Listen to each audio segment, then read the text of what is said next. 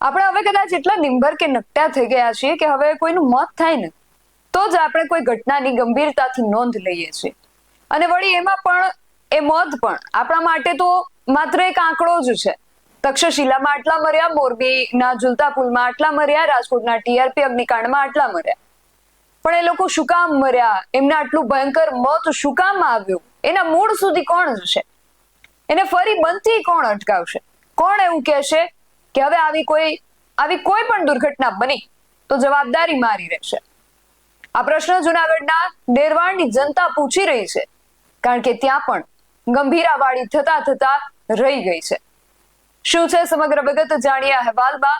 જય Hind, BSI TV news પર આપની સાથે હું છું નિધિ ગઢવી. 9મી જુલાઈ 2025 આણંદ અને વડોદરાને જોડતો ગંભીરા બ્રિજ. આ પુલ છેલ્લા ઘણા સમયથી જર્જરિત હતો, છતાં કોઈએ ધ્યાન ન આપ્યું અને અંતે તૂટી પડ્યો. લગભગ 22 જેટલા લોકોએ આ દુર્ઘટનામાં પોતાનો જીવ ગુમાવ્યો.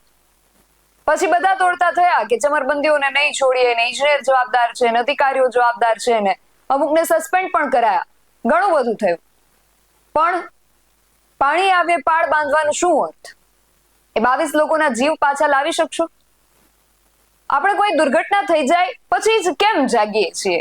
અને વળી એમાં પણ જો કોઈ જાનહાનિ થાય તો લાગણીઓનો આમ દરિયો બહાવી દઈએ, પણ એ પહેલા આપણે કેમ નથી જાગતા? આ પ્રશ્ન આજે એટલા માટે પૂછવો જરૂરી બની ગયો છે કારણ કે ગઈકાલે જુનાગઢના ડેરવાણ ગામે ગંભીરા પુલ દુર્ઘટના જેવી જ એક ઘટના થતા રહી ગઈ છે. આ ઘટના વિશે પહેલા તો વિગતે વાત કરું તો ભેસાણના ડેરવાણ ગામ પાસે એક જર્જરિત કોઝવે છે, જ્યાંથી અનેક વાહનો પસાર થતા હોય છે. ગઈકાલે પણ એક લાકડા ભરેલો ટ્રક આ પુલ પરથી નીકળ્યો અને ત્યારે જ આ જર્જરિત પુલ તૂટી પડ્યો. સદનસીબે કોઈ જાનહાનિ નથી થઈ અને કદાચ એટલે જ આ ઘટનાની વધુ નોંધ પણ નથી લેવાઈ. જો કોઈ મરી જાય તો જ આપણે જે તે ઘટનાની ગંભીર નોંધ લઈએ. આ ટ્રકમાં 3 વ્યક્તિઓ હતા જે બચી ગયા છે, પણ પ્રશ્ન એ છે કે આ પહેલા પણ આવા અનેક બનાવો આ જગ્યા પર બની ચૂક્યા છે, છતાં શા માટે તંત્ર કોઈ કામગીરી નથી કરી રહ્યું? જ્યારે અમારા સહયોગી આ ઘટના સ્થળે પહોંચ્યા ત્યારે તેમની સામે ગ્રામજનોએ પોતાની વ્યથા ઠાલવતા શું કહ્યું એ પણ તમે સાંભળો. બનાવ બન્યો છે, ગાડી વાડીમાંથી લાકડા કાપ્યા છે બગીચામાંથી સાહેબ. ગાડી આવતા ઊંધી પડી ગઈ છે અહીંયા 2 વાગે. માણસો બસી ગયા, સારું કર્યું તો બસી ગયા, અને નો બેસાય તો આ સાહેબ વર્ષો વર્ષ આવું થાય છે, બનાવ બને છે. અને અમારા ગામનો બધાયનો રસ્તો અહીંયા છે, જંગલ ખતાવાળાનો. તો અમારે હાલવું ક્યાંથી? અમારો વાડીવાની છે, અમારા વાડીએ ખેતીમાં જવું કે નહીં બધાય ને? માણસો અહીંયા બધાય મોટરસાઇકલો વાળા પડે છે, હેઠી નીચેથી સાહેબ પુલ ધોવાઈ ગયો છે. વાહન કઈ હાલતું નથી, મોટું વાહન હાલે તો પડી જાય. અગાઉ બનાવ બનેલા હે? હા, અગાઉ આ વરદી થયું છે, આ વર્ષો વર્ષ બને છે, અગાઉ વર્ષો વર્ષ સાહેબ. ક્યાં બનાવ બન્યા? જેસીબી પડી ગઈ છે, ઊંધો પોર જ હતી. પછી પેલા મોટરસાઇકલો વાળા બધા વાહન વાળા બધા પડે છે, કોઈ હાથ પગ વગર ના હોતે સાહેબ થાય છે. જો તાત્કાલિક અમારે આ પુલની જરૂર છે સાહેબ. સરપંચે કઈ રજૂઆત કરી છે? હા કરી, હા, પણ કોઈ ધ્યાન દેતું નથી સાહેબ. રજૂઆત તો કરી છે, કોઈ ધ્યાન દેતું નથી.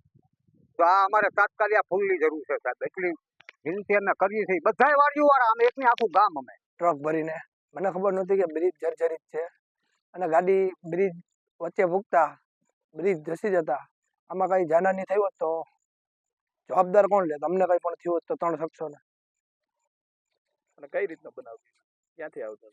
અમે હસનાપુર ડેમ બાજુથી આવતા હતા, બગીચામાંથી લાકડાની ગાડી ભરીને બ્રિજ વચ્ચે મૂકતા ગાડી પલટી, બ્રિજ ધરી જતા હતા અને ગાડી પલટી મારી ગઈ છે.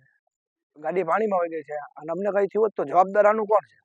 અને કઈ જગ્યાએ બનાવ? આ નદીના પુલ ઉપર ડેરવાણ ગામમાં બનેલો છે. શું તમારી માગણી શું? મારી માગણી છે કે ફૂલનું કામ વ્યવસ્થિત કરો, ફૂલ ઊંચો લ્યો. આમાં કઈ જાનહાની થાય છે, કોઈ જવાબદાર કોણ છે આનું? બ્રિજમાં કોઈ વસ્તુ કઈ છે નહીં, ખાલી પાણા ભરીને બ્રિજ બનાવી દીધું છે તમે લોકોએ. આમાં કોઈ લોડેડ વાહન જાય તકલીફ થાય તો શું કરવાનું? પણ ગિરનાર જવાનો મેઇન રસ્તો છે પરિક્રમાનો, આમાં શું કરવાનું? કોઈને જાનહાની થાય?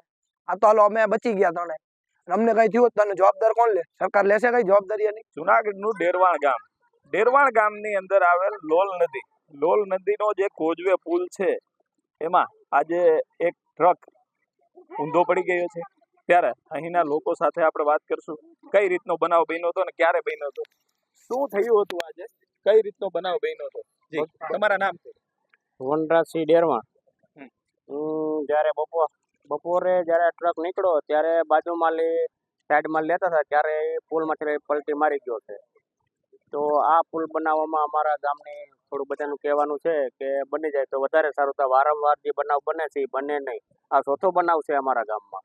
પેલા કયા બનાવ બન્યો? પહેલો બનાવ તો એક લેડીઝ નીકળી હતી ત્યારે એ બનાવ બની ગયો. પછી બીજો બનાવ બન્યો તો એક જીસીબી પણ ઊંધું પડ્યું હતું ત્યારે આ બનાવ બન્યો હતો. પછી એક બળદગાડું અમારા ગામ ડેરવાણનું પડ્યું હતું ત્યારે પણ આ બનાવ બન્યો હતો. ના ચોથો બનાવ છે. શું કહેશો? તમારી પાસે શું, તંત્ર પાસે શું માંગ છે તમારી? તંત્ર પાસે મારું એ કહેવાનું છે કે જ્યાં સુધી જેમ બને વહેલાસર અમારા ગામનો પુલ બને, થોડુંક ઊંચું બનાવો તો વધારે સારું. તો બસ એટલું મારું કહેવાનું છે. એક આપણી દીકરીને પણ અહીંયા સ્કૂટર લઈને જતી હતી, સ્કૂટી લઈને, અને સ્કૂટી તણાઈ ગયું હતું, એનું લેપટોપ એના વિશે શું કહેશો ને શું આમાં કરવું જોઈએ? આમાં જેમ બને એમ વહેલા કરવું પડે. આ બગીચામાંથી આ ટ્રક આવતો હતો ત્યાંથી એને ત્યાં આવતા થાય ત્યાં તો એના હાવ નકામું છે, તૂટેલું જેવું છે બીજ હાવ. એટલે જેમ બને એમ આને વહેલા કરવા પછી ચોથો બનાવ બન્યો. આની પેલા જીસીબી પડ્યું, એક છોકરી આપણે લેપટોપ બાઇક લઈને હતી એનું તણાઈ ગયું બધું. પછી બળદગાડું એક પીડ્યું છે અહીંથી. એટલે વર્ષો વર્ષ અમારે આ જ પોઝિશન છે ને હાવ બેઠું છે, હળી ગયું છે, બેઠી જાબી જેવું છે. ને આને જેમ બને એમ ઊંચું કરો ને ઊંચું લ્યો. અમારી ગામની બધાની વિનંતી એવું છે સરકારને કે જેમ બને એમ વહેલા કરો. અહીંયા અવર હમણાં ઝીણા વાવાની બઢીએ પરકમ થાય, પછી અહીંયા અવર ઘણા બધા વાહન આવે, રાત્રિઓ આવે બધાય. પછી આપણે હસનાપુર ડેમ મોટું થડ, સારું થડ છે, જાગૃત કહેવાય. અવર માણસો જતા હોય આવતા હોય એની હિસાબે આને જેમ બને એમ વહેલા બને એમ કરો. પરકમ પહેલાં થઈ જવું જોઈએ અમારે કામ ચાલુ, એવી અમારી બધાની માંગ છે. હમણાં જ પરિક્રમા શરૂ થશે, દિવાળીનો સમય છે, તહેવારોનો સમય છે, તમારે અહીંથી નીકળવું હોય કેટલું? અમારે આ જ કેળો છે, એક આખા ગામનો જુનાગઢના બધા આવે, જંગલ ખાતાનો આ છે, જંગલ ખાતાવાળા બધાનો કેળો. પછી આપણે હસનાપુર ડેમમાં કોઈ જાય એ ઝીણા બાપુની મઢીએ જાય એ બધો કેળો, એકનો એક કેળો અમારે છે, બીજો કેળો અમારે ક્યાંય છે નહીં. બધાનો અવર અમારે કેળો આ એક જ કેળો છે.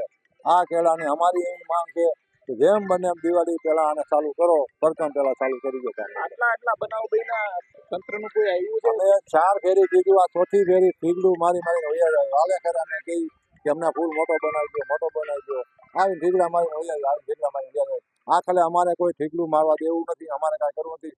જેમ બને એમ અમને ફૂલ વહેલા અમને કરી ગયો. અહીંયા આ તો બચી ગયા.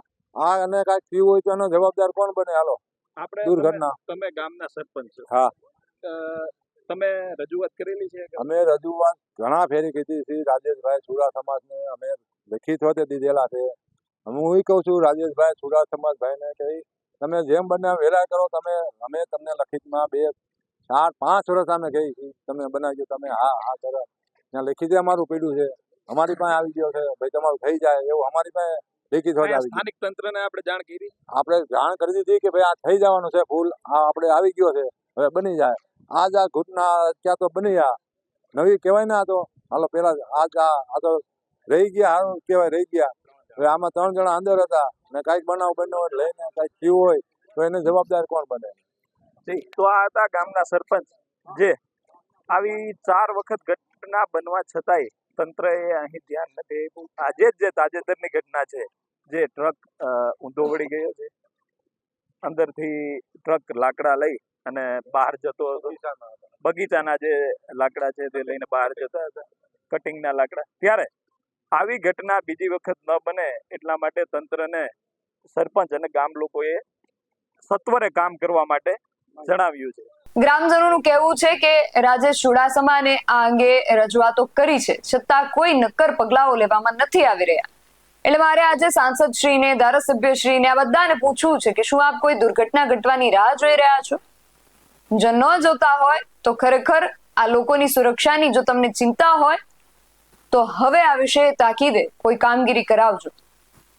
અને આવી જ તમારી પાસેથી અપેક્ષા રાખીએ છીએ કે તમે કામગીરી કરાવશો.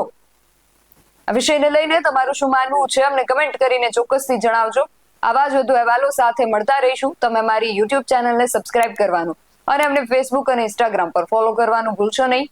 બાકી અવનવી અપડેટ્સ માટે આપ જોતા રહો BSI TV ન્યૂઝ. નમસ્કાર.